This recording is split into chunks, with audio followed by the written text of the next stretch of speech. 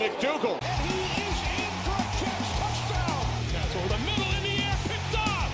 Brian Poole to the end zone, touchdown. There goes Darnold, and Bell! He's doing it all for the Jets. And welcome back to another episode of the Cool Your Jets podcast. We're your hosts, Ben Blessington and Michael Nania. The Jets have officially broken training camp and are less than 10 days away from week 1 against Buffalo. We are ecstatic to have Jets football back in our lives for at least for 1 week until they start losing games, and then we might change our tune on that a little bit. But honestly, just happy to see football back in general. Michael, how are you feeling this close to the regular season? I'm actually feeling pretty good, but you kind of started off a little pessimistic there with projecting they're going to lose games. But I guess we should be used to that.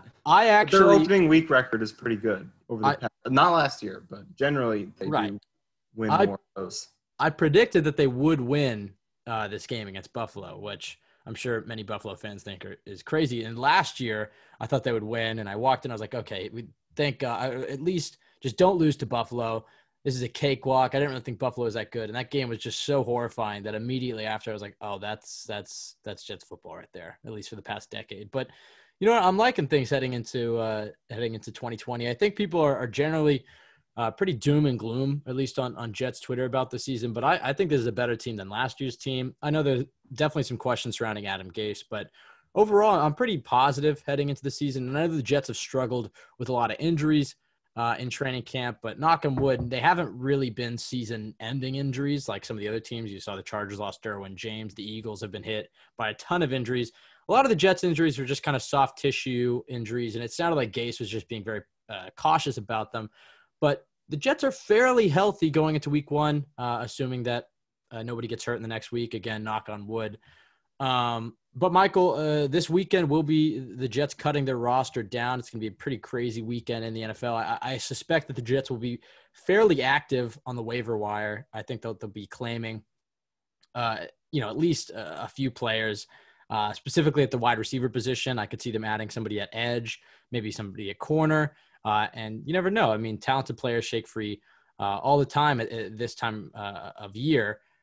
So it's a very interesting weekend if you're a football fan and a Jets fan in general, just because this team has a lot of work to do when it comes to depth. And I think this is a good opportunity for Joe Douglas to keep adding more of his guys to the team. The farther the Jets get away from the Mike Maccagnan years as a GM, the better the team they're going to be. And this is just another opportunity for Joe Douglas to mold his roster. But we figured we'd go through the current roster, talk about it, make some predictions about the 53, but overall just kind of analyze the state of the position going into this weekend and how we think it could change after this weekend and heading into week 1. Really quickly, though, you can follow us at CYJPod on Twitter, and you can find us wherever you listen to podcasts, including JetsXFactor.com, which is the best place to go for Jets content. So, Michael, let's hop right into it at quarterback. This is actually an interesting position for the Jets. Not as far as who the starter will be. Obviously, no QB competition this summer. Sam Darnold is the man, and I'm expecting a big year from him. But outside of that, though, it does get pretty interesting because the Jets drafted James Morgan in the 4th round. They signed Joe Flacco, who hasn't even begun throwing. And then they've had 2 other young quarterbacks, one of which is Mike White, who's impressed this summer. So they have some interesting decisions to make.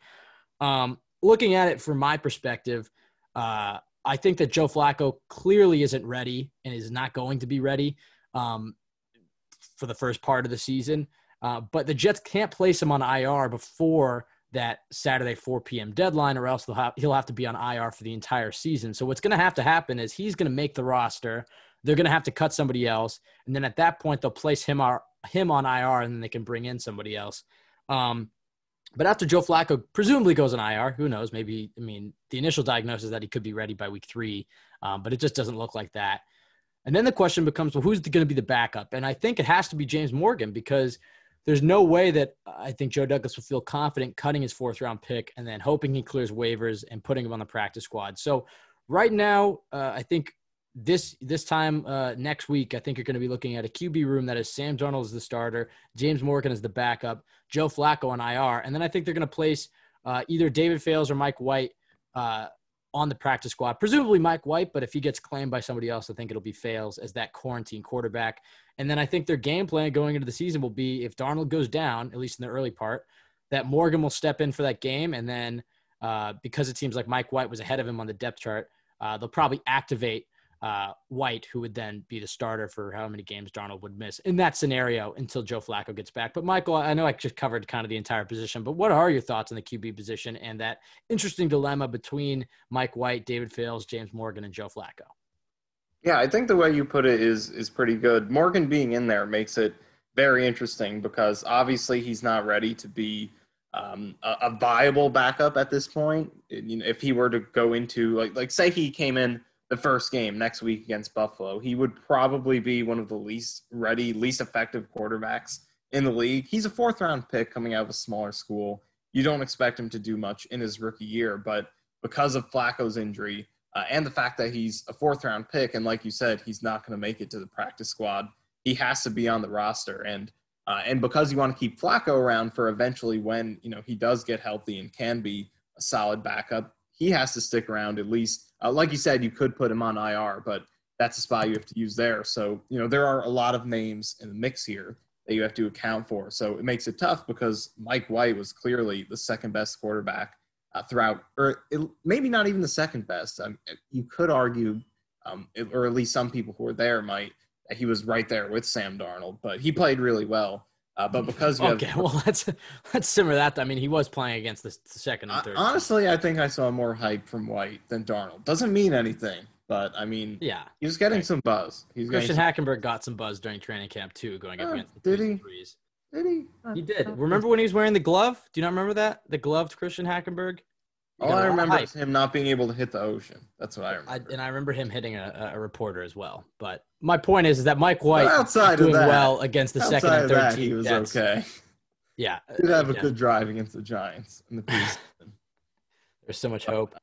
But I mean, I think the way you put it is pretty good. Flacco will either, he makes the roster and then you put him on IR, or he could even stay on if you think he'll be ready by the second week, which, you know, does seem optimistic considering he didn't even throw yet. But if you think it's a short-term injury, maybe he just sticks around on the roster. But I think what you said is most likely. Flacco will go on IR.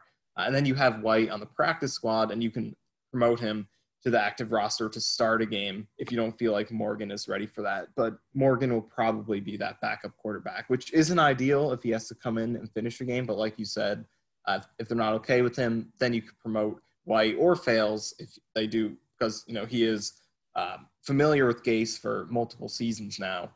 One of those to start a game. But they do need to get Flacco back because none of these options are ideal as a backup. Well, I can't imagine James Morgan is going to be worse than Luke Falk was last year. So I think we've seen the basement. I think at least we can count on Morgan to come in and he'll at least take shots down the field. Yeah, I mean, he's actually had an okay training camp. I mean, he's been fairly quiet, but it's not been all horrible for James Morgan. I think he's a project, obviously, but I like his ceiling. I mean, Gardner Minshew came in as a 4th rounder last year. Not a 4th rounder. Was he a 6th rounder? But he was a late pick, but he came in and did all right. So, I mean, anything is possible. Right. Looking ahead to the running back position, Le'Veon Bell entrenched as a starter, but Frank Gore and LaMichael Pirine do plan to get some touches. Pirine's had a great summer. Same with Gore. They both had great summers, and we know that Adam Gase likes to use a running back by committee approach. I expect to see a lot of Le'Veon Bell out wide.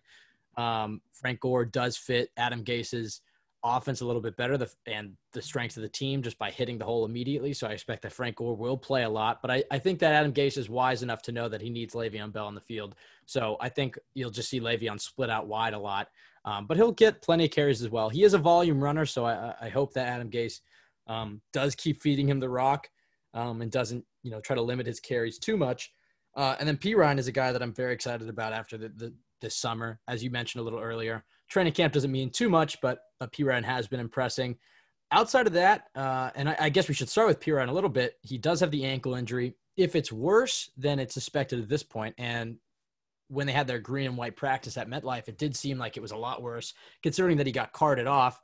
I would say that perhaps Pirine goes on IR. That's still a possibility, just we don't know the extent of the injury. But Gase did make it sound like it was fairly minor, so I do think that he should be on the 53-man roster.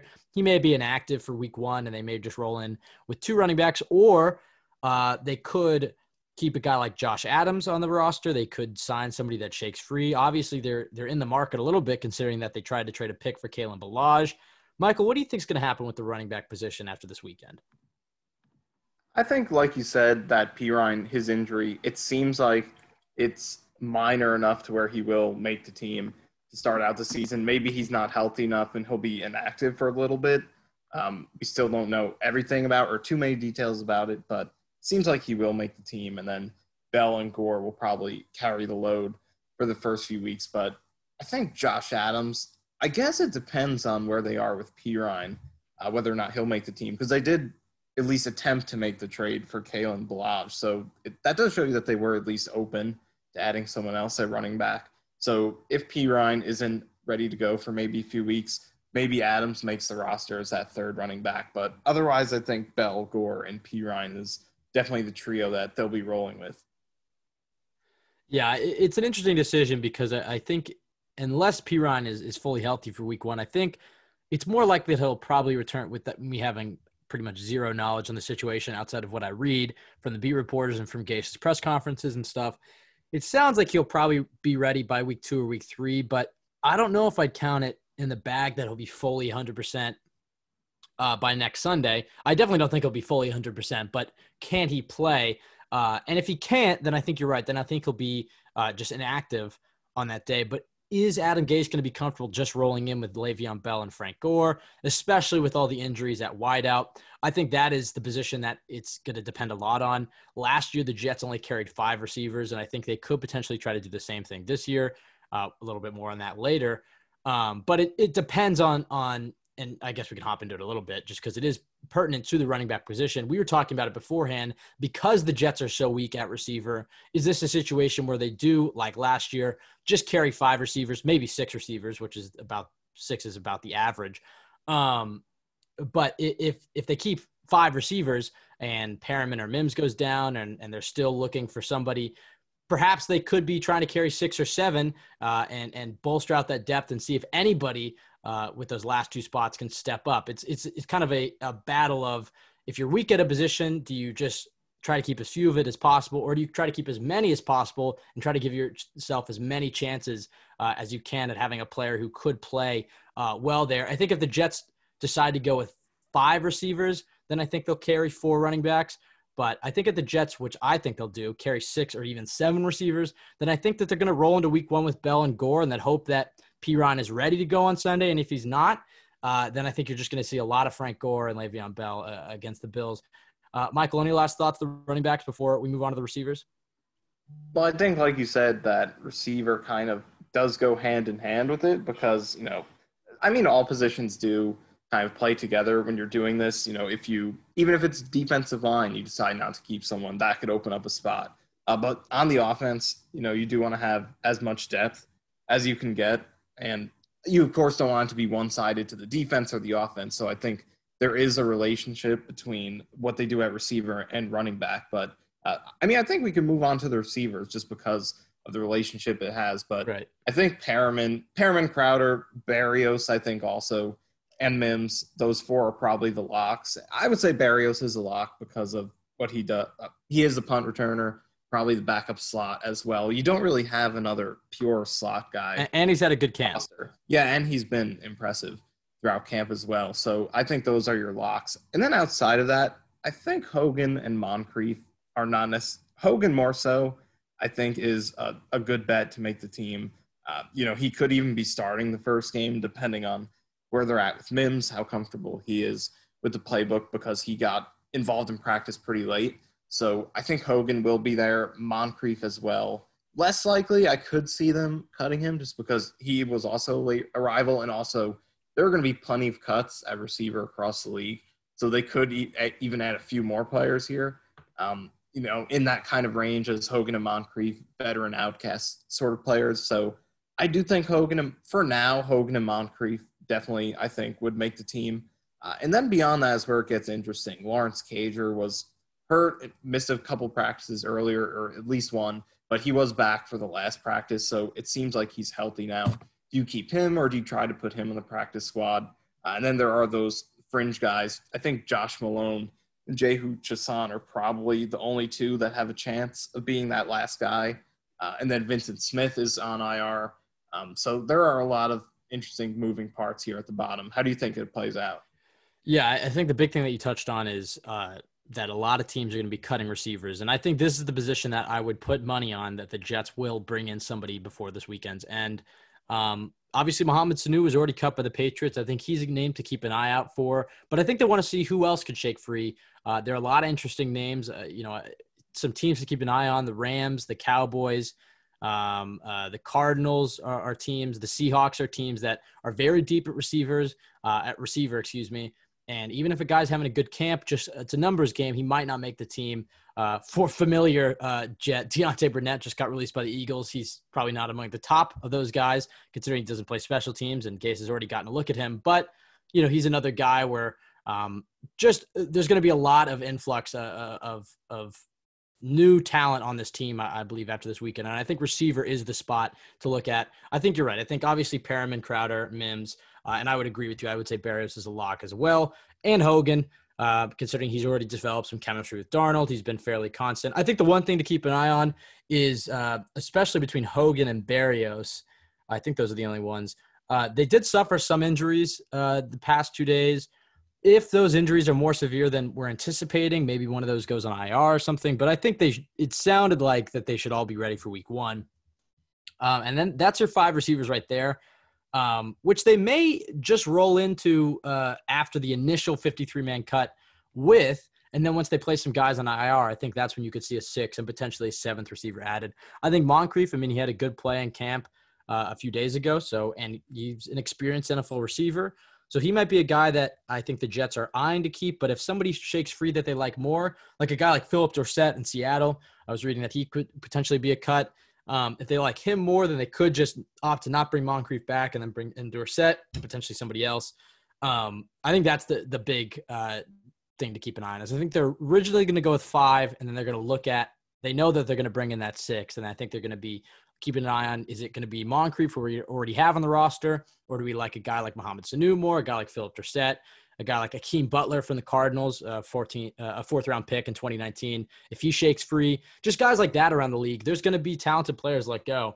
And then the last piece of news on the receivers to keep an eye on is just that practice squad spot, because you talked about it. I think a lot of those guys like Josh Malone, Jehu Chassan, George Campbell, there were a lot of guys who got opportunities with the ones this year and got to build some chemistry with Sam Darnold. So I think the Jets are going to be stacking a lot of those guys on their practice squad, specifically with Josh Malone and Jehu Chassan. I don't think they're going to make the 53, but I think they're definitely going to be New York Jets after this weekend, barring they get claimed elsewhere, which I find it hard to believe. And Lawrence Cager is also part of that group as well. I think he had an impressive camp. Potentially the Jets keep him on the 53, but I think he's more of a likely of a practice squad guy that they could elevate if they really feel. But all in all, I think when the Jets are playing the Bills week 1, I think they're going to be having 6 receivers on that roster. And that 6th receiver spot is probably going to be somebody from another team. Looking at the tight end position, and this is a position the Jets are fairly strong at. Chris Herndon finally back from injury. He did have a bit of a chest issue a few days ago, but he seems to be all good with that. And that's very crucial for the Jets, considering he's the guy who has the best chemistry with Sam Darnold. I would say even more so than Jamison Crowder. Those two seem to find each other a lot on 3rd down and when things break down. He's really the only guy Sam Darnold has had in his career to this point where if something breaks down and he's rolling out and he's looking to find somebody, Chris Herndon has been that one guy who's been able to really have a strong connection with Sam about breaking off his route and coming towards Sam and catching balls in traffic. So I expect him to have a big year. Ryan Griffin, who got the extension last year, and Trevon Wesco are the backups. Wesco's had a good camp as well, and this is a bit of a bold take. It wouldn't surprise me if you see more of Wesco than Griffin as the season goes on as that tight end number 2. Just reading about the type of camp he's had, obviously the Jets like to use Wesco as their H-back, but I think that he's a better blocker than Griffin. Griffin's talked about how he doesn't think he'll ever feel the same as he did before the injury. Wesco's really improved as a receiver. So if the Jets are going to go 12 personnel, I think originally they're going to go with Griffin and Herndon because you saw the chemistry that Darnold had with Griffin. But as the season goes on, it would not surprise me to see that 12 personnel turn into Herndon and Wesco just because of what Wesco gives you as a blocker, and especially if he's grown as a receiver. I think that just brings you a lot more, because Griffin, and Michael, I'm sure you have the numbers on this, was not very good as a blocker last year.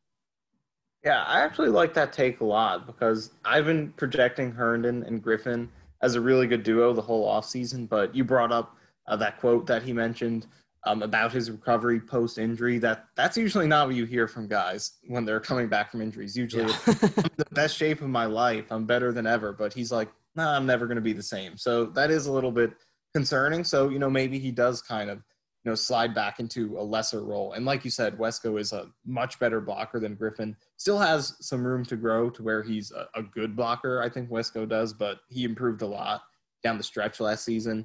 And I think Wesco coming out of West Virginia, in addition to the blocking, a big part of his appeal was his upside as a receiver because of what he could do after the catch with the ball in his hands.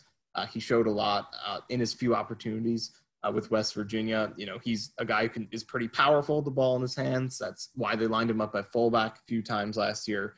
So there's some upside there, and I could definitely see that happening. But I do think to start out, it will be Herndon and Griffin being featured a lot, especially considered how they are a wide receiver right now.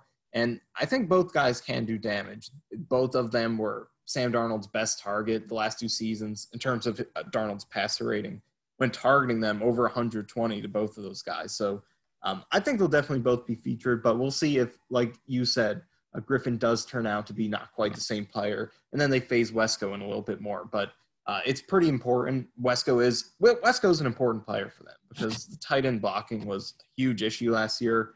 Herndon's going to be an upgrade over Daniel Brown, but he's still not a great blocker. He's okay. But Griffin was pretty bad blocking for them last year, plain and simple. But Wesco has the potential to be a very good blocker and improved down the stretch last season after a disappointing first half. So it will be interesting what you said, to see if Wesco can become that tight end too, and kind of phase out Griffin a little bit. But to start out, I do think both Griffin and Herndon, specifically Griffin more so in the red zone, you'll probably see him more. And then Herndon in between the 20s would be one of the featured targets. Still in the red zone, but I'm just saying Griffin would probably see his role expanded more in the red zone. But I think both those guys early on will be key. But down the stretch, like you said, I could see Wesco sort of phase into that tight end 2 role, just because if Wesco can be a true tight end, not just a blocker that you bring in for short yardage to play H-back, then that's where you can really have impact. Because right. Griffin, you're sacrificing a little bit, because even though he's a good receiver, you have a bad blocker out there on rundowns. But if you could have Wesco develop his receiving game and you could have both of those aspects, it makes him a much better tight end too. Yeah, and especially given the Jets' weakness at receiver, I think you're going to see the Jets play not just 12 personnel. They might even play 13 personnel and have Griffin, Wesco, and Herndon all out there. They might flex Herndon out more to receiver. Adam Gase has described him as a unicorn and everything that he can do. So you might see the Jets flex Herndon out and have Griffin and Wesco online. I'm not saying that I think Griffin's going to be terrible this year, but I think that Wesco is going to really emerge. And the Jets did give Griffin a contract extension if for some reason he's bad. And I know in our Jets X Factor predictions, I think I had him as the most disappointing player on offense, because I think I'm trying to remember who everybody else went with, but I just went with Ryan Griffin because of that quote primarily. But just for all the people who are worried about the contract that Joe Douglas gave him, the Jets can get out of that contract and free up about $2.5 million and only eat a little over $1 million. So it wasn't necessarily a super long-term commitment, even though it was a 3-year deal. It was only 3 years for $10 million, I believe. So they can get out of that contract if he's not doing too well. But right now I do like that room, especially if Wesco can elevate, and even more so if Griffin can play the way he did last year. In addition to all the things that Chris Herndon brings to your team. Outside of those guys, Ross Travis. And also you mentioned that like running 13 personnel, something they could do. They actually did rank 7th in 13 personnel usage last season, 50 snaps over the course of the season. So only about 3 a game, but again, that's still more than most other teams. So it's already something they were doing quite a bit. And that's when they had Daniel Brown out there for most of the time. So with Chris Herndon, you could definitely see that, maybe even go up a little bit. No one used it too much. The most in the league last year was Tennessee with 108, so about 6 snaps per game. So no one uses that too much, but the Jets definitely could be up there in terms of not just 12 personnel, but 13 also. Yeah, 13, and then also 22 personnel, because when West goes in as an H-back, I believe he would count as a running back, and then you could have Griffin and Herndon out there at the same time. So I think all three are going to see a good amount of playing time is the point of that conversation, just given the Jets' question marks at receiver, especially if a guy like Denzel Mims, needs a few weeks to really get this offense under his belt. Outside of those guys, I think Ross Travis is really the only guy that I've heard about. He's a candidate for the practice squad. I expect him to probably make it. I don't think Daniel Brown, I don't even know if he's eligible for the practice squad. They extended it to if you've had less than 6 accrued seasons, you can make it. I don't know if Daniel Brown is a longtime NFL vet or not, but either way, I don't think that they'll make the 53-man. Moving to the offensive line, though, this is a position that Joe Douglas put a lot of money into and a lot of resources into this offseason, and he's done a really good job of turning this unit around and putting them in a good place for next year to keep building on it. But even for this season, I think that they're going to be a much improved offensive line. I think they'll be around the middle of the league and maybe more. I mean, we've seen this plenty of times in the NFL that it's not necessarily the best 5 offensive linemen. It's the best unit that can play as one and have that chemistry and that cohesion as one unit. It sounds like, look, it's training camp practices against the Jets' vaunted pass rush. So we'll see how they play in these games. You've talked about it a lot, Michael, that they have a lot, specifically when we're talking about Mekhi Becton, that they face a lot of top-tier pass rushers. So that's going to be a little bit nerve-wracking to watch as the rookies protecting Darnold's blind side. But, I think this is a team that, by all reports, has had a pretty solid training camp.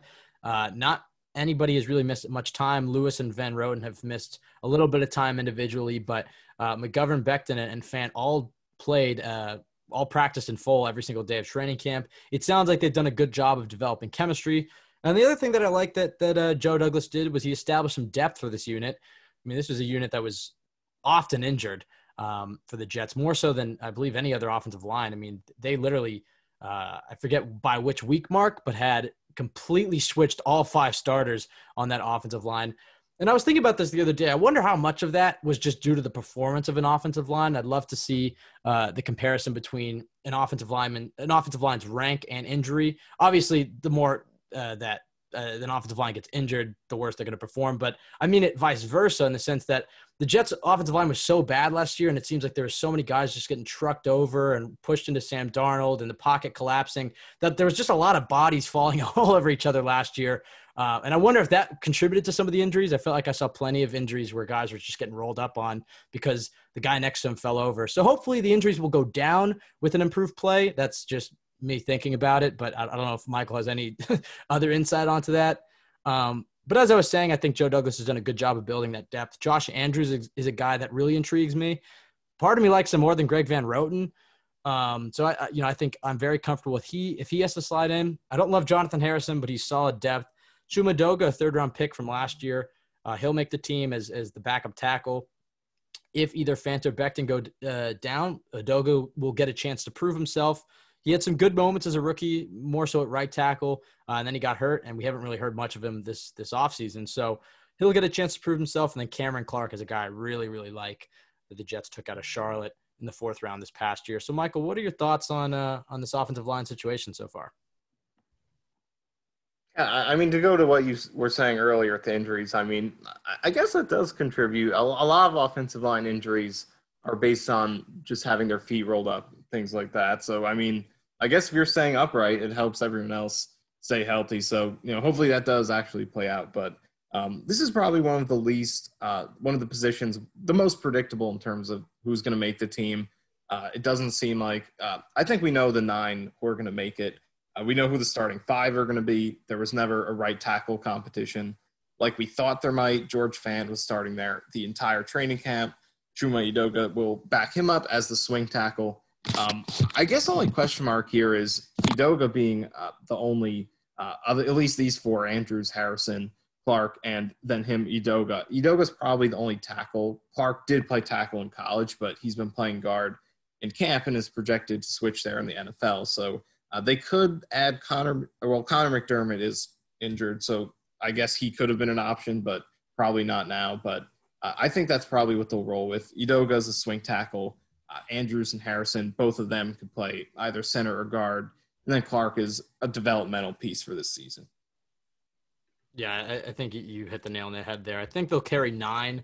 But I would keep an eye out on Jared Hilbers or Connor McDermott to make that practice squad. I think McDermott is actually injured, so he could be a candidate for that IR.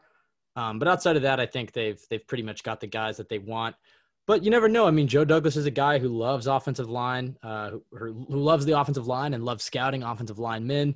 So, if a team cuts, some interior offensive linemen, it wouldn't surprise me if a guy like Jonathan Harrison gets cut. And they bring in somebody. I would just keep an eye on that position. I think you're right. I think that given the current crop of offensive linemen on this team, I don't expect much upheaval. I think that the 9 we talked about will be the 9 that they carry. But I would just keep an eye on it throughout the weekend to see if anybody shakes free that the Jets and Joe Douglas specifically might pounce on, just because that is his specialty. And I know he's always going to keep trying to improve that unit. Looking at the other side of the trenches, the defensive line, this is probably the Jets' deepest position. I wouldn't say that they rank among the top teams in the league just because it's not like they have a vaunted pass rushing defensive line, but they just have a lot of really solid guys. And I think this is the one position where you may see somebody slip free from the Jets and who can, go somewhere else and produce. They just have a lot of solid defensive linemen that Greg Williams can rotate in and out. Obviously the guys that are going to play the most this season, Quinnen Williams, Foley Fatukasi, Steve McClendon, and Henry Anderson are listed as the starters. But outside of that, though, Jabari Zuniga, the rookie who just returned to practice, he's been out with a quad. I think he'll make the 53, obviously, but he probably won't be active for the first game in my mind. I mean, he's got to get his conditioning back. He's got to get used to practicing for football again. But guys who performed great last year, 2 guys in particular, Nathan Shepard and Kyle Phillips, were guys that came out of nowhere and performed very well for Greg Williams' defense. So obviously they're locks to make it. And John Franklin Myers is a guy that we like as well. He's has had a solid camp as well. Had a pretty solid pass rushing resume with the Los Angeles Rams. Had a strip sack in the Super Bowl. That's more so than any other guy on the team can say. And I expect they'll keep him just because they have really nobody else rushing the passer, though anything that John Franklin Myers can bring is probably better than what the Jets have on their team. I know I kind of misspoke. I said Nathan Shepard and Kyle Phillips are locks. You never know. I could see a guy like Shepard slipping free just because what we talked about, the deepness of this defensive line. But in all honesty, I would much rather keep a guy like Nathan Shepard than Henry Anderson. But I would imagine the cap maybe doesn't permit that. But the 8 guys we just talked about there, I think those guys are my predictions for who will make the team. Outside of that, though, Jordan Willis, I believe he'll probably get cut and wind up in the practice squad, and then they already released Sterling Johnson, I believe. But, Michael, what are your thoughts on this unit as we just talked about? I mean, it's a very deep unit, and I would say that it's probably the strongest unit on the team, but it's not a defensive line like San Francisco or any of the other top-tier defensive lines where they have all these vaunted pass rushers. There's a lot of really solid players that Greg Williams can play with. Yeah, it's really deep. I think that's the most important thing. Last year, the Jets were doing a lot of rotation here. They didn't have any every down players on this unit. You had 4 or 5 different guys playing a lot. I mean, really at the end of the season, you had Quinnen Williams, Fatukasi, McClendon, Anderson, Phillips, and Shepard all playing at least 20 snaps a game. So you have a lot of moving pieces on this line, and that's what makes it a really solid one. But like you said, it's not one of the best lines in the league. It's not in the realm, not yet at least, in the area of where, when they had Mo and Sheldon and Snacks at their peaks, even Leo in there as well. It's not quite there yet because they don't have the pass rushing. But in terms of against the run, this is definitely one of the top 3 to 5 best run-stopping defensive lines in the league. But the biggest thing is the pass rush. Last season, they did not get much pass rush, not just from the edge, but also from this unit as well. Not a lot of pass rushing juice. And the 2 biggest guys to me are Quinnen Williams and Nathan Shepard to the pass rushing. We know how much upside Quinnen Williams has. Can he make a breakout this season? He finished last season really strong. And then Nathan Shepard had a really efficient second half as a pass rusher last season, producing pressure. So I'm looking forward to seeing if Shepard can have a breakout season and become a really good, an all-around good defensive tackle, not just situationally, but producing at a high level. I'm interested to see if he can do that. But Henry Anderson, like you said, he had a very disappointing season last year. In 2018, he was one of the best pass rushing interior guys in the league. I believe he was 11th in pressures. And then this past season, he was somewhere around 50th among interior guys, dropped from 48 pressures to 18. So he had a huge fall off. And a big part of that is that he was playing a lot of 5 technique defensive end instead of inside. So he wasn't really a great fit there. And, the personnel this season isn't much different than last year. So it doesn't seem like he's going to be able to play the same role. And he's got a lot of guys to compete with, like Shepard, Fatukasi, McClendon. So it doesn't seem like he's going to bounce back. It would be great, but it just doesn't seem like he's a fit anymore. But, he's still decent against the run. But overall, this is a very good run-stopping unit. But the pass rushing needs to step up. But you do have a lot of upside to accomplish that with Quinnen Williams and Nathan Shepard. So I like this position quite a bit. It's very solid, and it's very versatile. That's what's important. All these guys can play multiple positions. You can rotate them throughout the game, keep people fresh. So it's a very solid all-around group. Yeah, and we're talking about Henry Anderson. I think he was just a guy that really struggled probably with the scheme fit. That was the reason he was traded from Indianapolis.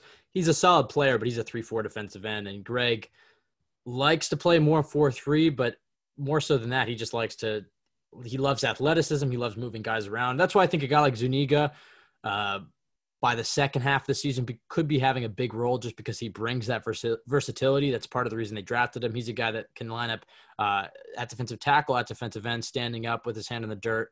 He can do a lot of different things for Greg Williams, and that's just not really who Henry Anderson is as a player. Yeah, Henry Anderson is a 300-pounder who was on the edge for a lot of last season, and it just didn't look right most of the time. When he had a matchup against a tight end in the run game, he could set the edge really well, but in the passing game, he was just not producing anything. That's not his game. When he was thriving in 2018, he was at 3 technique going up against guards, using his athleticism to beat them, but he was miscast last year, and it doesn't seem like things are going to change because the unit he's playing with is pretty much the same. But also the bottom of this unit, I think Franklin Myers I was interested to see him last year. He had a good rookie season with the Rams in 2018. I think he'll probably make the team. Maybe Jordan Willis makes it instead of him. He had some decent moments last year. He did have a strip sack against the Jaguars, but I think Franklin Myers makes it. But other than that, the other 7 guys are locks: Fatukasi, Williams, McClendon, Anderson, Zuniga, Shepard, and also Phillips. Those guys are definitely making the team. Yeah, when you look at outside linebackers, and again, this is a position much like receiver where I think the Jets will look to add somebody that shakes free. Jordan Jenkins, Terrell Basham, those are the projected starters, but Basham has been injured. So who's to know his status? He could be a candidate for IR. You never know. I'm not saying that he necessarily will be, but Adam Gase has been pretty tight-lipped on a lot of injuries. So, anytime that a player is injured, it's always good to keep that in mind around this time of year. It's a way the Jets could stash him, but I think Basham should be ready, by week 3 or week 4 or whatever. But then Frankie Louvu is a guy who's had a great offseason. I think he'll be the guy who slides right in as the starter opposite Jordan Jenkins. And then outside of that, Harvey Lange, he's the only other guy that might make the team. I don't think Bryce Huff will. I think he's probably a practice squad candidate for this team. Lange is a guy who does contribute on special teams, was in the team last year. So he's a guy that I think could make the team. But honestly, in my prediction, I think they're just going to carry those 3, Jenkins, Basham, and Louvu, assuming Basham is healthy enough to be ready in a few weeks. I think those are the 3 they're going to carry. I think they're going to carry all 8 defensive linemen we talked about, and I think they'll explore adding somebody else. But I think they'll go light on outside linebackers just because they don't have really anybody there, and they can go heavy on the defensive line and inside linebacker. Michael, what do you think?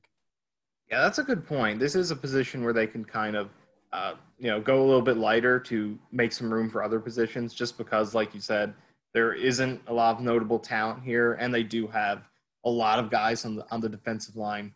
And you have a few tweeners at that position too, like Henry Anderson. Even though it's not a great fit for him, he did play at defensive end last year. Kyle Phillips can play both 3-tech and 5-tech, and Zuniga is probably in a similar boat to Phillips there. So you have a lot of guys you can put out there, and there just aren't too many great options. So I can see that. Louvu did have a good training camp, and he has at least some athletic upside as an outside rusher. So he could make it, but I think Harvey Lange, I predicted him as my special teams player of the year last season for the Jets. I looked at every single positive kickoff return, and he led the team in blocking assists on good kickoff returns with 10 of them. He's a kickoff blocking beast. I think he's going to make the team for that, and kickoff coverage as well with the tackles and against kickoffs. So I think he's a special teams beast, so I think he will make the team because of that. But like you said, I think I could definitely see them going with only 3 players here. Jenkins and Basham, definitely your starters. I think Luvu's a good shot, but I could see them leaving Lange off and using this as a position to create some space somewhere else. But I think he's going to make the team because he's quietly a very good special teams player. Yeah, I think that's a good point, and that's something that a lot of fans do overlook at this time of season is their special teams impact. And that's part of the reason we saw a guy like Deontay Burnett get cut last year who did have a solid preseason and has chemistry with Sam Darnold. It comes down to he doesn't do anything on special teams. That is something that we have to keep in mind on, and I think that is an important point you just made. Lange is a guy that Brant Boyer is very comfortable with, so maybe I'm a little misguided to say that I think he'll get cut. It's just something to really keep an eye on that I know that Brant Boyer is going to want at least 3 to 5 guys that he's very, very comfortable with. And then everybody else can, sub in and out, especially with the Jets losing a guy like Brandon Copeland, who I know is a special team stud. Maybe Lange is the guy that does stick on that 53-man roster. At inside linebacker, Hewitt, Cashman, Williamson, and Burgess. I think that's a pretty easy call for the 4. I think Onawasu will probably be placed on the injured reserve. Just doesn't sound like that injury is – it sounds like he's supposed to miss 5 to 6 weeks, so I think he'll end up on injured reserve. And then I think I believe B.J. Bell has already been cut. So I think those are the 4 they'll carry, and then Onawasu on injured reserve, and then he'll come back. Presumably by the time he's ready to come back, somebody else will have gotten injured, and there'll be a roster spot for him. But those are the 4 that I think they'll carry, and I don't see that there's much question here. I guess the main point of intrigue is that Williamson has been running a lot with the second-team offense. It sounds like Greg Williams is going to roll with Hewitt and Cashman as the starters. I love to hear it about Cashman. It sounds like he's had a really good camp. He showed up in great shape. He's certainly the most athletic linebacker on this team. He's more of a new age 2020 linebacker whose biggest strength is in pass coverage. And Hewitt's a guy who's more of a bulldog type of linebacker, but a real smart player, and ran the Mike linebacker for the Jets last year. So that's probably the reason he's starting more. But I would expect Williamson to get more reps.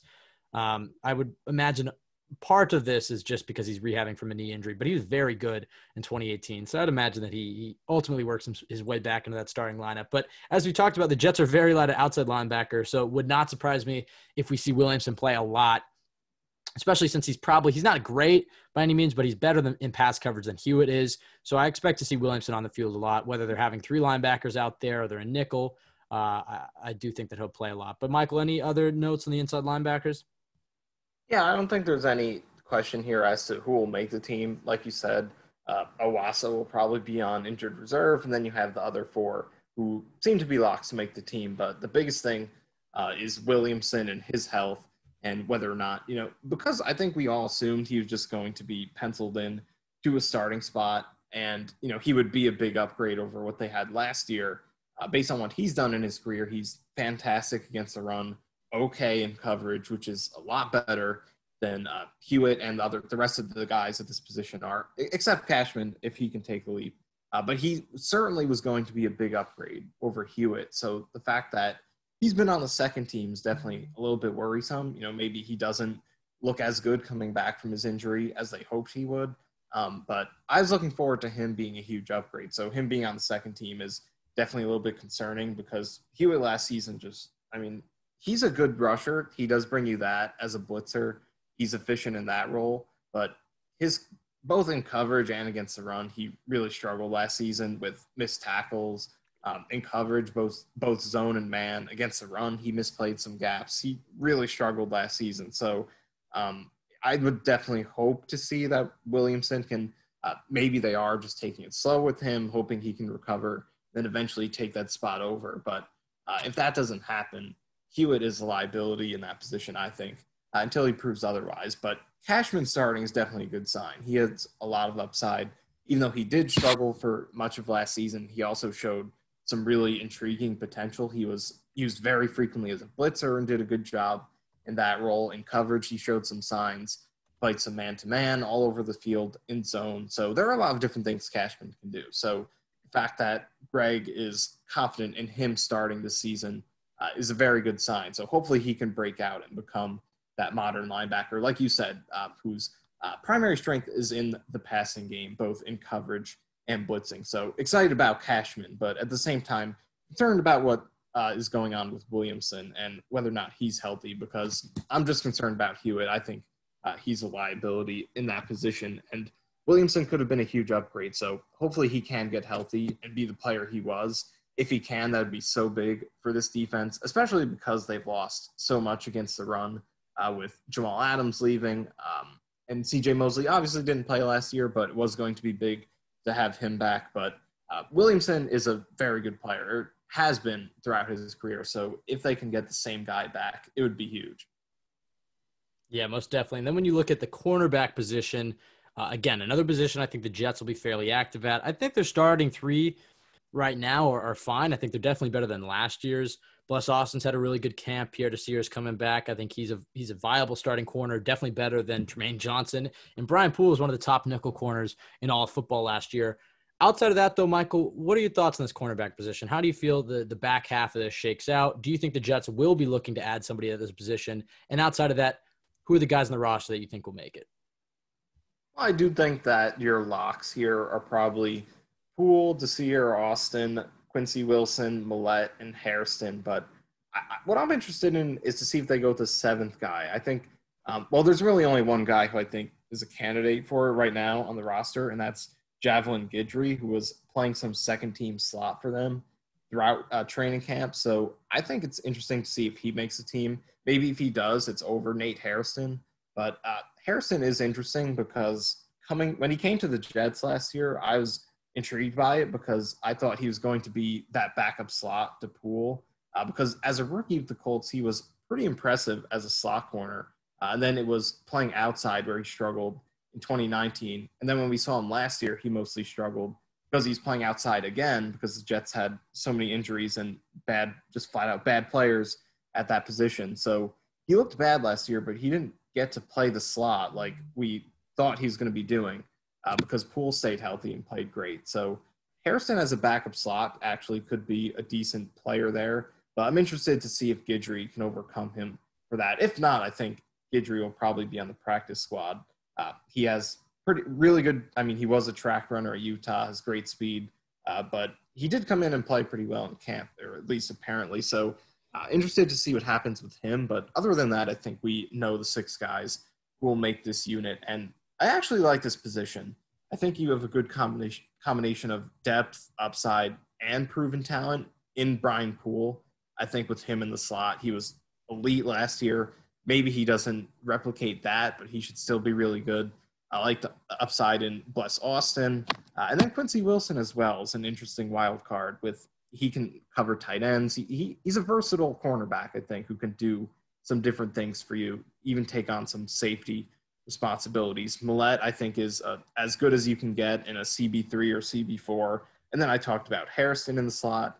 Biggest question for me is Desir as the CB1. He had a rough season last year in that role for the Colts. Wasn't necessarily, shadowing top receivers. There really aren't many quarterbacks who do that, but still as a starter, I think Desir is a little bit questionable. He's getting up into his 30s. He's had some injury questions, and the Jets play a lot of really good receivers this season. So including DeAndre Hopkins, who has torched Desir quite a bit over the past few seasons. So I have my questions about Desir, but I do like a few players on this team, on this position. Bless Austin, I think, is a great fit under Greg, had a solid rookie season in really harsh circumstances with his injuries and coming in midseason. So I'm excited to see if Austin can break out. But I like this position. There's good competition and depth here, some upside. You have a proven starter in Poole. Desir is what I'm looking at as the biggest question mark. Yeah, most definitely. I think that in my mind, I actually think they're going to start out with 5. I think Harrison's going to be cut, and I think they're going to try to look to sign somebody. Yeah. I think that Desir, Austin, Poole, Wilson, Millette, like you said, are the guys that will make this team. I think Harrison is questionable. He's Brian Poole's backup in the nickel. He's at his best in the slot there. But they're just like receiver. There are a lot of teams that have a lot of corners, and I think that one's going to shake free. When you look at the New England, when you look at Philadelphia, Joe Douglas's old team, there are a lot of corners on that roster that I think are better than Nate Hairston and probably Arthur Millette and potentially even Quincy Wilson as well that could be free. When you look at Philadelphia, particularly with Joe Douglas, Rasul Douglas and Sidney Jones are two guys that could be on the chopping block. Both guys have deep ties to Joe Douglas. So I would keep an eye out on corner. I think they're going to start out with 5 to help make room for the guys that they're going to have to keep on the roster until putting them on IR. And then I think they'll probably end up with 6 after adding somebody. So I don't think Harrison will end up making the roster, but I could be wrong. And I think you're right. I think Lamar Jackson and Guidry are two very good candidates for the practice squad. I agree with you on Guidry. He was questionable. I know you had him to potentially make the roster. He's a guy that I thought could maybe leapfrog Harrison, but it doesn't seem like it's happened, so I don't think it will.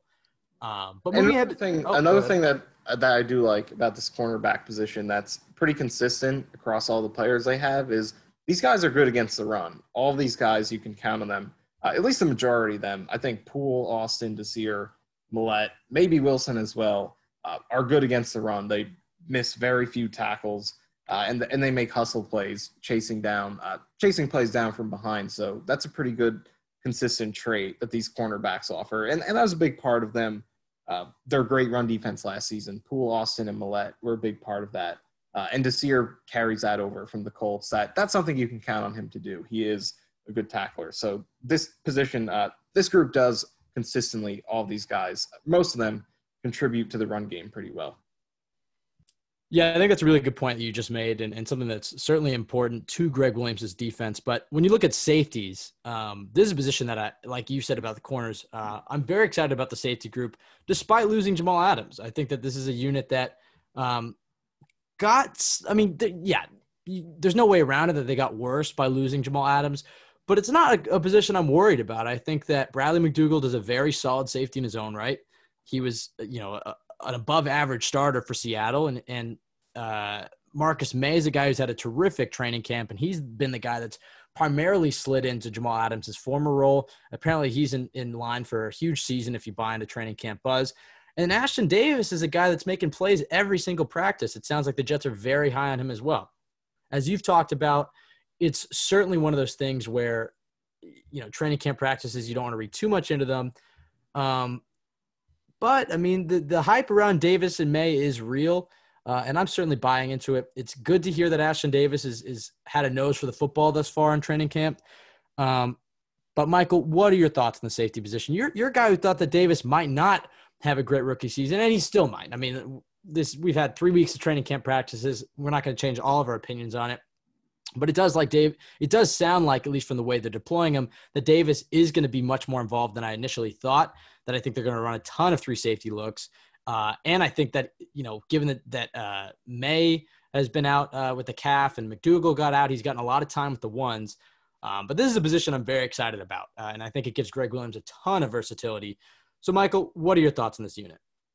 Like you said, I was kind of, and still am a little bit skeptical of Davis just because of some of his college film with Cal. At Cal, it seemed like he had a lot to work on before he'd be ready. But the thing with his camp hype is that it's been consistent. It's not like he had one good play or one ridiculous clip. It seems like every single practice he's been making plays. So that's what's really promising, the fact that he's been getting consistent reps and then consistently standing out.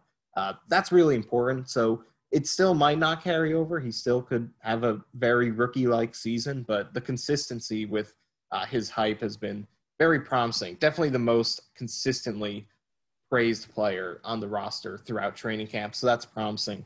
But I think the biggest thing with safety is that this is a position where it makes a much bigger impact to be bad at safety than it does to be great. If your safeties just aren't good and they're blowing coverages and missing tackles, you're giving up a lot of touchdowns. Their responsibility is to prevent big plays. So if you're not good there, you're going to give up a lot of huge plays, and it's going to hurt your defense immensely. Whereas if you're great at safety, it's still amazing to have a great safety. Jamal Adams is a loss for sure, but I don't think the positive impact of a great safety is as important as not having terrible safeties, and the Jets don't have terrible safeties. They're still good here. Marcus May is a top 10 free safety, and then McDougald in coverage is very solid. His run defense, that's where the Jets will probably miss Adams the most, and in addition to the blitzing that Adams brings. But right.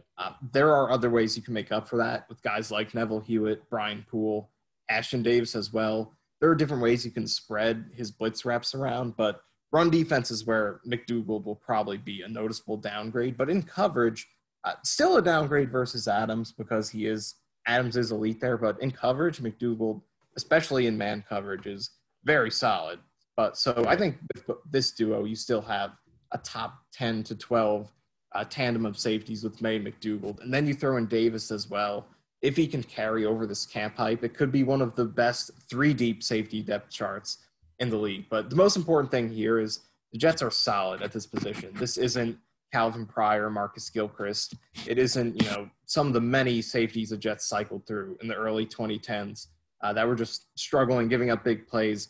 That's the most important thing at this position. As long as you have guys who know their role, execute it, and don't give up big plays, then you're okay. And then anything you can get from that, whether it's ball hawking, interceptions, pass deflections, fumbles, pass rush impact, that's all gravy. But as long as you have guys who know their role, don't give up big plays, you should be fine. The Jets definitely have that, and they could have a little bit more with McDougald's man coverage, Davis's speed and versatility, and then Marcus May as well could have a lot more opportunities this season to play in the box, play in man coverage, and show what he can do in those roles. And he's shown some flashes in the few opportunities he has gotten over the past few years. So this position is still one of the strengths of the team, even though they don't have Jamal Adams. It's definitely worse. He's the best safety in the league, but there's a lot to be excited about here.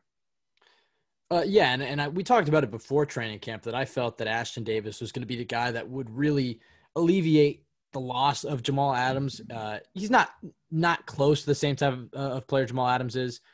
He's more of a free safety, not much of a strong safety. Jamal Adams is an elite potential Hall of Fame player, and Ashton Davis is a 3rd-round pick. But I think that the Jets are going to use him to alleviate some of that pass rushing loss. I think you're going to see Ashton Davis be the when they're in dime coverage. I think you're going to see Davis. I think there are ways you could take what Adams did and split it across this group. Like McDougald can take on some of the tight end matchups in the slot, and then like you said, Davis can take on a lot of those blitzing reps, and that's somewhere he could thrive with his speed. Yeah, they're going to go – when they go to their dime package, I think they're going to have 3 safeties instead of 4 corners. And either it's going to be McDougald in the slot because of his man coverage skills, or you're going to put Davis in there because Davis is a guy who played free safety, strong safety, slot corner, kick returner. I mean, he did it all, linebacker for Cal. And so that versatility reminds me a lot of Jamal Adams. And when Adam Gase refers to him as the Energizer Bunny, that was the big concern, I think, when we downgraded from Jamal Adams to Bradley McDougald, is McDougald's not the athletic freak that Jamal Adams is. And I was worried that they were going to lose some of that energy on defense. But you can't expect Ashton Davis to replicate all of it. But I do like that he's been making plays and that he is bringing that energy to the Jets defense. I think the other really interesting part about this before we move on is the fact that Marcus May, I mean, look, Greg Williams loves versatility in safeties. He doesn't like just having a free safety and a strong safety. But it sounds like Marcus May has been playing more strong safety than free safety, which was his MO coming out of college, was that coming out of Florida, they thought that he could play both positions. Michael, what are your thoughts on that? That it seems like Marcus May and not Bradley McDougald is the guy who's filling in for Jamal Adams. Yeah, I'm really interested to see what he does in this new role that he plays, because he's very good at what he does. We know when they had Jamal Adams and you had Adams roaming everywhere, he could do everything you need in the box and all over within 10 yards of the line of scrimmage, 10 to 15 yards, he can do anything. So you have Marcus May sit back there, single high, even cover 2 sometimes, and he's going to handle that role great. So we know he can do that. But when he's come down and he's had to play the run in the box, I think he's done a mostly good job. He hasn't gotten too many opportunities to cover closer to the line of scrimmage, so we don't know too much about that. But I like what he's done when he has had to come near the line of scrimmage. So I think he can do a good job. Like you said, it's coming out of Florida. It's not like he was this single high only safety. He was kind of a player who was projected as a guy who could do both. Even though the Jets have had him playing mostly free safety, he has the ability to do both. So I'm excited to see what he does. A little skeptical because we know he can play well in the role he has been playing. So it's a little bit of a risk to take him out of that. But at the same time, you're losing Jamal Adams. you have to have multiple guys pitching in to fill in for what he does because he was so ridiculously versatile. So there's a little bit of a risk, but I think he is capable of playing well in that role. And he could even become a bigger impact player, if playing in that role does mean he could force more fumbles, pick up some recoveries, and maybe in man coverage be an asset there. So a little bit of risk because we already know he's good at what he has been doing, but I think from what he's shown us, I think he's capable of thriving near the box if he plays there more, which it seems like he will. Yeah, and then lastly, the special teamers. We already know two of these three. Braden Mann and Thomas Hennessy are definite locks. Very excited about both of those. And Thomas Hennessy, friend of the podcast. You can check out our film review session with him on the Jets X Factor YouTube. Great guy.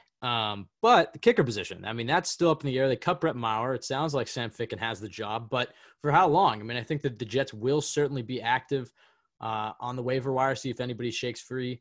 I don't believe Steven Hauschka has been signed. You can correct me if I'm wrong on that. But at this time of year, plenty of good kickers, or at least solid kickers, do shake free because most teams like to enter camp with at least two kickers. Just because a lot of teams do have a hole there and like to have competition, and also because you want to give your starting kicker's leg a rest and also just evaluate a position that is so important. So I do expect a lot of kickers to shake free this weekend, and I think that Joe Douglas – or I should say, I expect that Joe Douglas will be active there. I don't think he'll settle just yet for Sam Ficken. But he does have experience with Brent Boyer. He was okay last year. He was better than what they had last year. He provided some stability, but he certainly is not a good kicker. So I think that the Jets will be fairly active. I think this is another position in addition to, we talked about receiver, edge rusher, maybe when you're looking at corner or offensive line, there's two positions to watch. I think kicker is the last one that I think you definitely need to keep an eye out on for this weekend. Michael, what are your thoughts on this? Yeah, I've been pretty adamant about wanting them to pick up another kicker because just Sam Ficken just has not been good so far. He wasn't good for them last season, and he didn't get too many opportunities before the Jets. Only a few. I think he had 6 attempts with the Rams over a couple years, but I think he only made half of those. So he just hasn't been good so far, and all we heard from camp was that both of these kickers were – I think one reporter said, I forget who it was, but he said they were trying to outstink each other. So they already were not good, Ficken and Maher, and then they were both bad in camp. So and I think Ficken did close out with a 5 for 5 at the MetLife practice, but still, it's only one practice. So it's not a promising option, so I'm not comfortable going in with that, and I think it makes sense for them to bring someone else in. The Titans left a few options for the Jets. Greg Joseph they released, who was pretty good for them last season, had a decent year for the Browns year before that.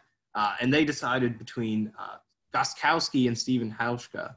They went with Gostkowski, so Hauschka is available now. He's had a couple down years the past 2 seasons, but still better than Sam Ficken pretty significantly. So I think the Jets definitely should look at one of those two guys, either Joseph or Hauschka. And I mean, at this point of the offseason, I guess the one thing I haven't really considered is that now that camp is over, I guess working them out is something that might be more difficult. I'm not exactly sure how that would work. I guess they could have a workout with someone if they needed to, have a competition or something like that. But I guess that now camp is over, it might be more difficult to do that. But kicker is definitely going to be a big question mark once again. So not promising there, but at punter with Braden Mann, very excited to see what he does. Seems like he's got all the tools to be a really great punter. We know how good his distance is, but we heard out of camp that his control was good as well, that he has a knack for dropping his punts in place, not letting them bounce into the end zone. So it seems like he has the complete package to do everything you want at the punter position, be a star there for a long time. We know Jets fans are going to have his back for the Pro Bowl voting, but hopefully he actually earns it. So I'm excited to see what Mann does. This special teams unit, punt coverage unit has been very good, even with Edwards being just okay, kind of having an occasional shank, wasn't great with his control or power. But now you throw in Mann, who has some special abilities as a punter in terms of control, distance, things like that. It seems like this could be a really special punting unit this season. So excited to see what he does. Yeah, and I think we covered it as far as the 53-man roster goes, but lastly, we'll end it with the depth chart. Before we get to that, though, what do you think of the kicker battle? Like, if you bring in a kicker at this point, do you think they would be able to have them compete? No, they try him out. I mean, I think you raised a good point about COVID, that I think it's going to be hard to try him out. But you also raised a good point. You're full of them, about the fact that kicker is one of those few positions where you can pretty much judge it objectively. I mean, for the most part, it's just a percentage, and you can go off that percentage and find success just purely grading it off that. It's not a position where you need to watch a ton of film or know a ton of context. I mean, sure, there are occasions where that helps, but for the most part, it's a mathematical equation. And I think that if somebody shakes free that Joe Douglas likes a lot more because he has a higher kicking percentage. I know that Brent Boyer might have, it's again, when we talk about thinking about the cuts and we think about who might end up on special teams or whatnot, for kickers, the other thing to remember is kickoffs. I mean, that is something that they do look at. I think that they should look towards Hauschka or look towards a veteran, but I would imagine that Joe Douglas and crew at this point have had their eye on a few kickers that are on teams where they think they could shake free and they could add them. I would say it's a toss-up right now if Ficken enters week 1. But no, I don't think they have enough time to bring him in and try him out, especially after 53-man cut. Before you have to cut down the rosters, that's the time to do it. But at this point, you can bring him in for a tryout and then sign him if you like it after the tryout. But that's the most realistic scenario. Yeah, and the thing you were alluding to that I said, I think I put out a post about it, but it's that I think teams just kind of don't approach kicker the right way. I'm sure they do watch film. I'm sure there are a lot of things that we don't know about, whether it's their form, maybe they're focused on how close their misses are, things like that. But it's just the most cut and dry position to evaluate in the entire sport. It's very simple what their job is. It's to make their kicks. And you do go beyond the regular percentage because, obviously 50-yard kicks are harder than 30 and, so on and so forth. So you can't just look at the one number. You have to, look at where they're kicking from and evaluate it that way. But still, it's very simple what their job is to do. It's not like every other position in the league. You have to watch their film because the production can lie to you quite a bit because of all the other circumstances, whether it's the right scheme fit, how good their teammates are, whether they were healthy, their potential and upside, things like that. But with kickers, it seems like it's a much simpler position to evaluate than every other position. It should be as simple as this guy makes more kicks or has made a lot more kicks, made his kicks much more frequently than this guy. He should be a better bet. It's just, like playing a lottery ticket. Some of them are just better bets than others. So it seems like a lot of teams, and specifically the Jets this year and last year, have just, been really too complacent with going with kickers who just plain and simply have not been good performers throughout their careers. So we'll see how it plays out this season. I was wrong about Jason Myers a couple years ago. So we'll see if that happens again. But they did strike gold once, didn't last year. And now they're going into the season with, as of right now, another pretty bad kicker. So hopefully it doesn't bite them. Yeah, and then as I was about to say before we hopped into the kicker, lastly, not about the 53-man roster, but if we're looking at the depth chart, Ashton Davis and Braxton Berrios are the projected returners for this year. Michael, how do you feel about that? More so when it comes to kick returning with Ashton Davis, because Berrios was pretty solid last year. Kick returning, it was more of a revolving door between Vincent Smith and Ty Montgomery. Sounds like Davis has that position on lock. He was a hurdler in college. Obviously, we talked about his athleticism. How comfortable are you with the current returners for this team? At punt returner, Berrios, I think, is I think he's going to be there for – we'll see how long he sticks with the team, but I'm comfortable with him at that position.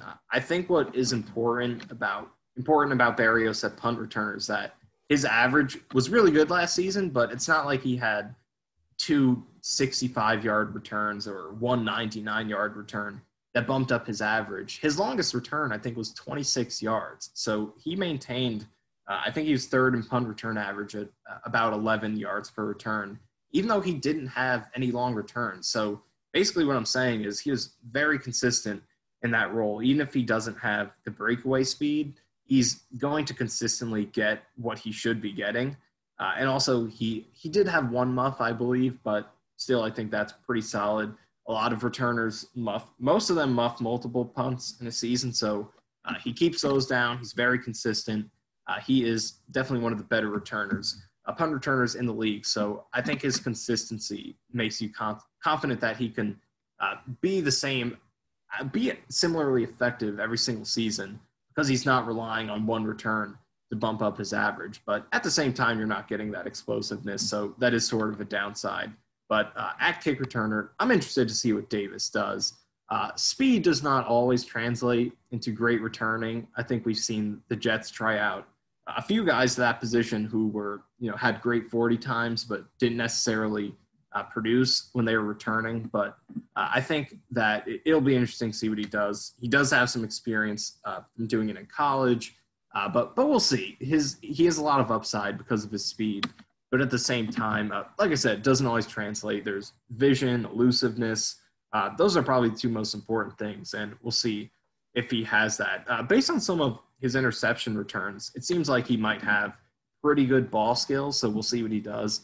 The Jets back up, you go back a decade, you had Antonio Cromartie returning kicks, another very fast defensive back who did have a lot of success as a kick returner. So it is possible, and we'll see what happens. But the blocking, too, is important. I talked about Harvey Lange before. He was their best blocker on kickoff returns last season. I tracked him as having 10 blocking assists on kickoff returns past the 25-yard line. So that's sounds a big like he'll make it. Yes. I take my prediction back. Yeah, it's a big reason why I think he will make it. And these are the stats you get here on Cool Your Jets. No one else is talking about kickoff blocking assists. So I think Harvey Lange is going to make the team for that reason. That should help Ashton Davis. But there's a lot of upside with him at kick returner. I'm interested to see what he does there. Yeah, who else is interviewing the long snapper and doing a film breakdown with him? just Cool Your Jets. We're into the things that you don't care about. Exactly. That's why you should care. That should be our new T-shirt. We're into the things that you don't care about. Michael, write that down. Okay, I think that'll wrap it up for us. We'll be doing another episode either in the middle or the end of the weekend, talking about the moves that they did make, see if there's any surprise cuts. I think it'll be more about the guys they brought in. And then we'll have another podcast next week previewing Buffalo, which sounds crazy to see or to think that we have football, real live football against another team, not preseason, all 4 quarters with the starters. Next week against Buffalo. It's an exciting game for the Jets. It's a real test for them. I think some Jets fans do underestimate Buffalo, perhaps myself included. But we'll learn a lot about Adam Gase's squad week 1, see how they come out and play.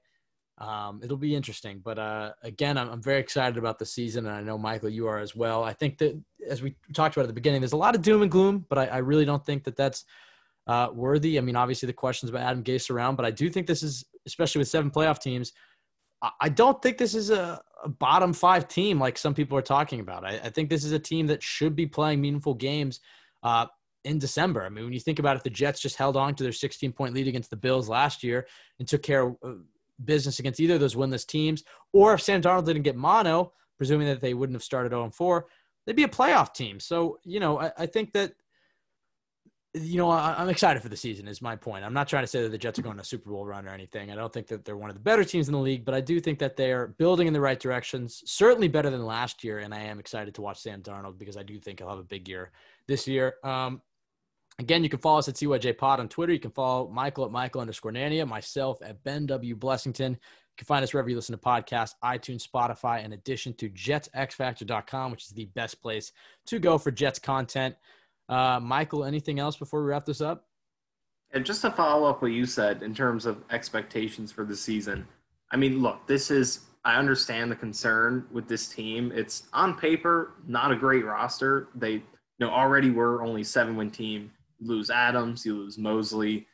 So I understand not being thrilled about the prospects of this team. Last season there was a lot of hype after all the additions, and that didn't pan out. But so I understand being concerned about this roster. But the reason I'm excited for this season is that it feels like for the first time in over a decade, the Jets are on the cusp of building a real foundation that can be the core of winning for an extended period of time. And that might not mean they make the playoffs or have a great season this year, but it seems like with Joe Douglas, with some of the young players that they've accumulated over the past few seasons, that we can come out of the season feeling like the Jets are going to be a real franchise for the next few seasons, because, always what we focus on with this team is just how talented they are, who they're going to add free agency next season to plug holes. But it's not how good teams are built. It's about drafting.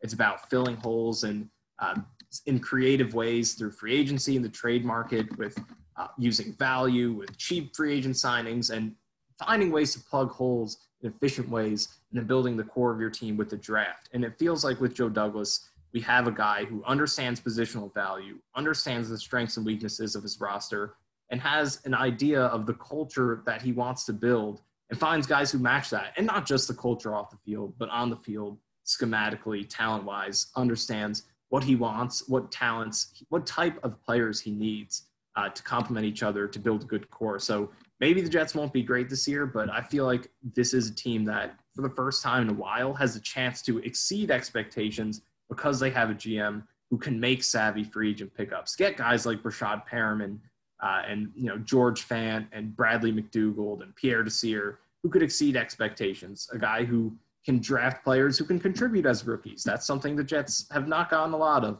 over the past decade. And also the most important thing is the offensive line could be okay this season. I don't think it'll be great. There's still some more pieces to be added, but if the offensive line is okay, it changes so much. The Jets have had to work around that for so long. Mostly the past 4 seasons, they've had to work around that so much, and that brings everything else down. And if that O-line can be okay, a lot of the weaknesses we're talking about, outside wide receiver, Darnold and his progression, won't be issues, and those positions will look a lot better. So I think even though this roster on paper is not great, this is the first time the Jets are looking like – I feel like they're looking like a real football organization. They can draft well, have a core, find players who could fill the holes that they have efficiently with value.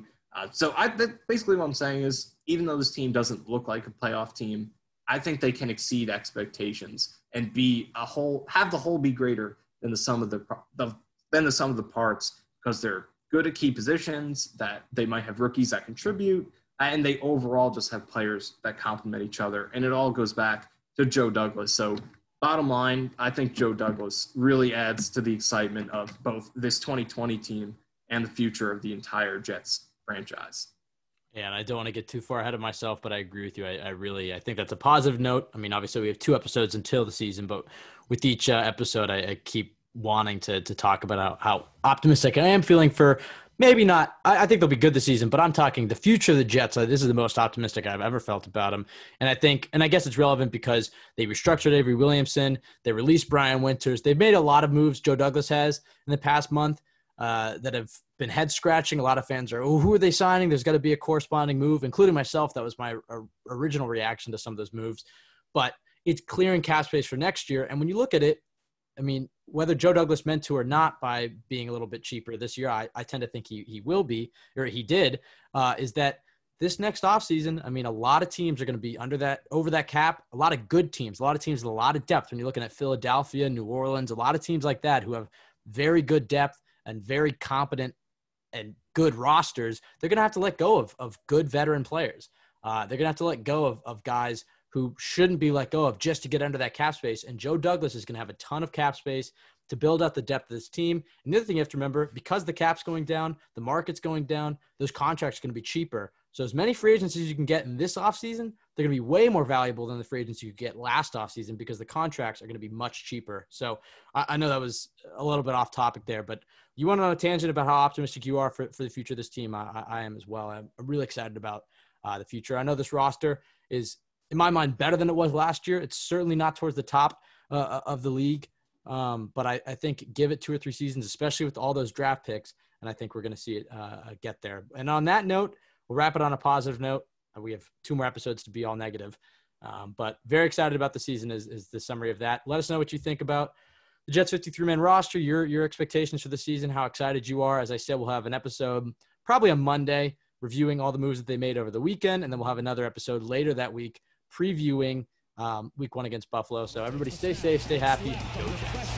Bullets went over the middle, and he's got Crowder at the 10, cuts it back at the 5, goal line. Sam Darnold did it again. Jones, this will take it away. Bradley McDougald. And he is in for a catch, touchdown. That's over the middle in the air, picked off. Brian Poole to the end